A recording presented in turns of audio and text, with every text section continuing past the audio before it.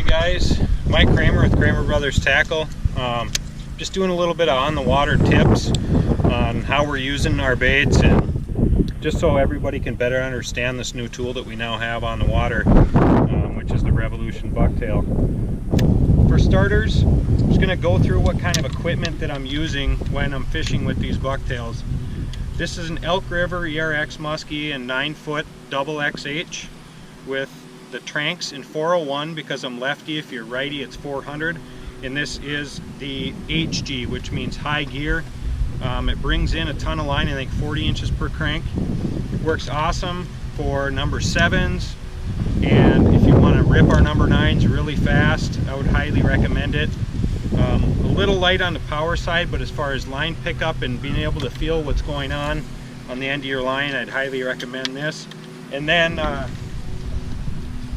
for our bigger blades, if I'm using like 9s or 10s or 11s or 12s, this is what I've been throwing, is the Tranks with the power gear, I think it's called, and this brings in about 30 inches per crank.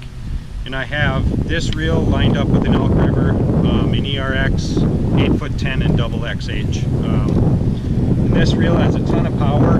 If you do buy the reel in the low gear, I'd highly recommend getting the power handle for it. It normally comes with a paddle handle. I found that for big blades and stuff, this power handle is the way to go.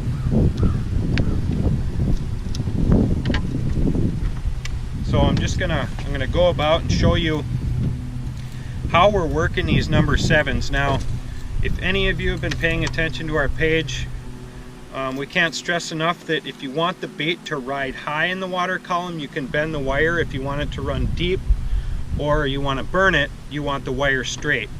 So I'm just going to make a cast with the wire straight and burn it as fast as I can in. You can see where it comes in below the surface.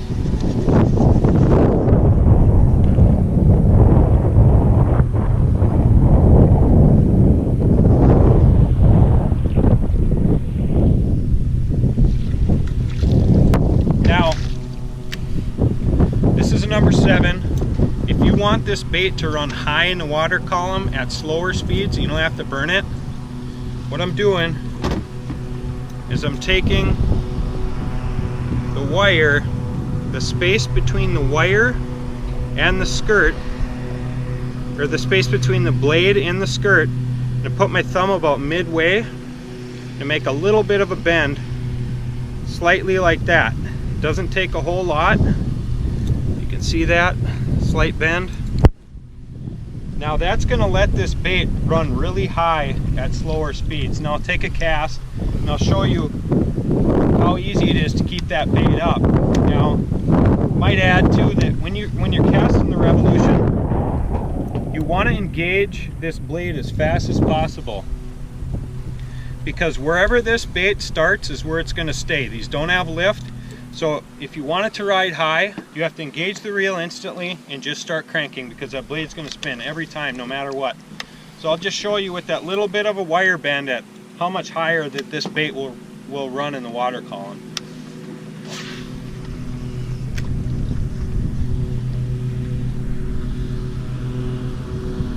See if you can see how I'm barely cranking the reel to keep this thing up.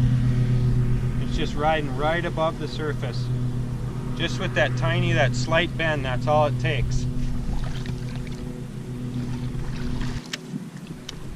Also can't stress enough too.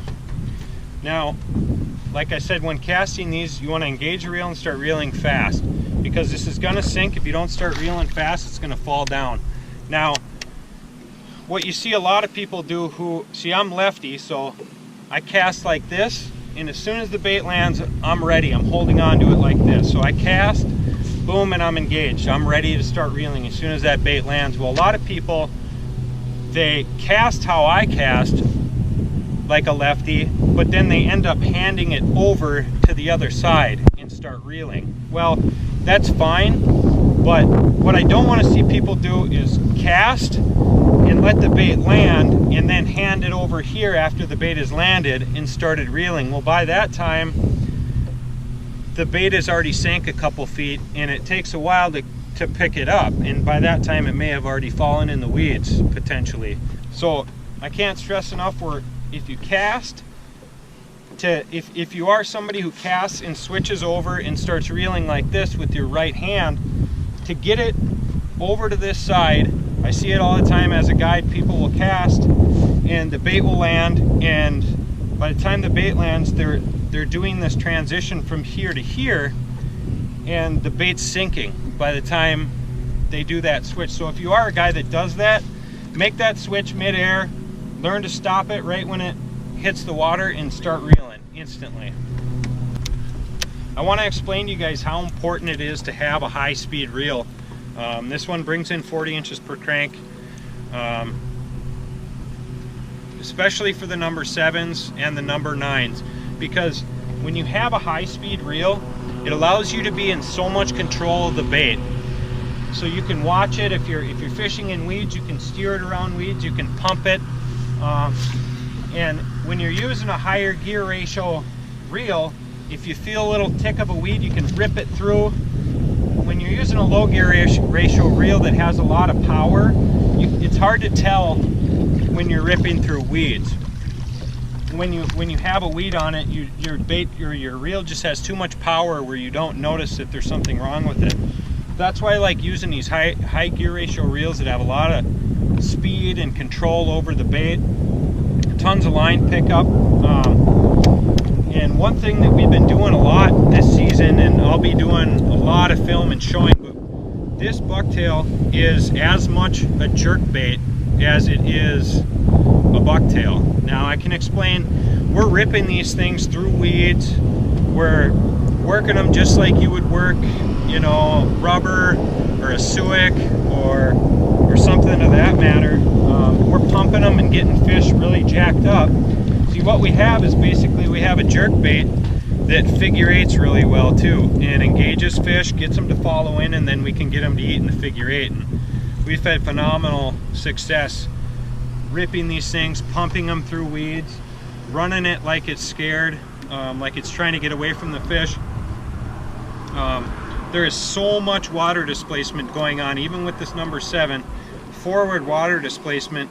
When you rip this thing, there's so much water being pushed forward, and these fish are going crazy for it because that skirt's going nuts.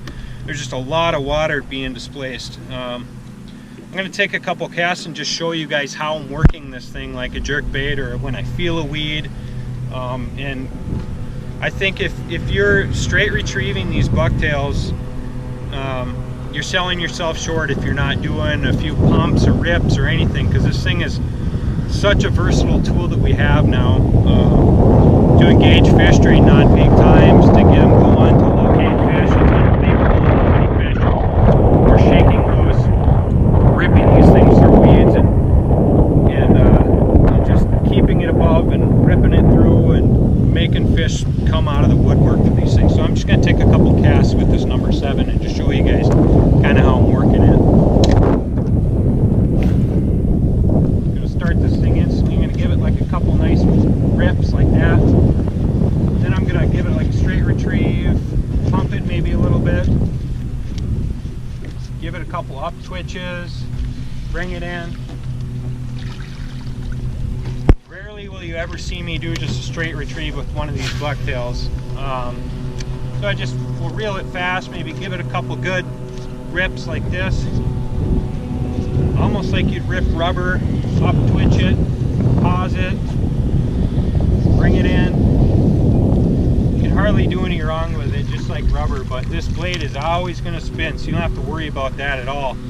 You know, at night, we're casting them out, giving it some long, slower pumps, picking up the line. Right at the boat, giving a good up twitch and then some speed maybe.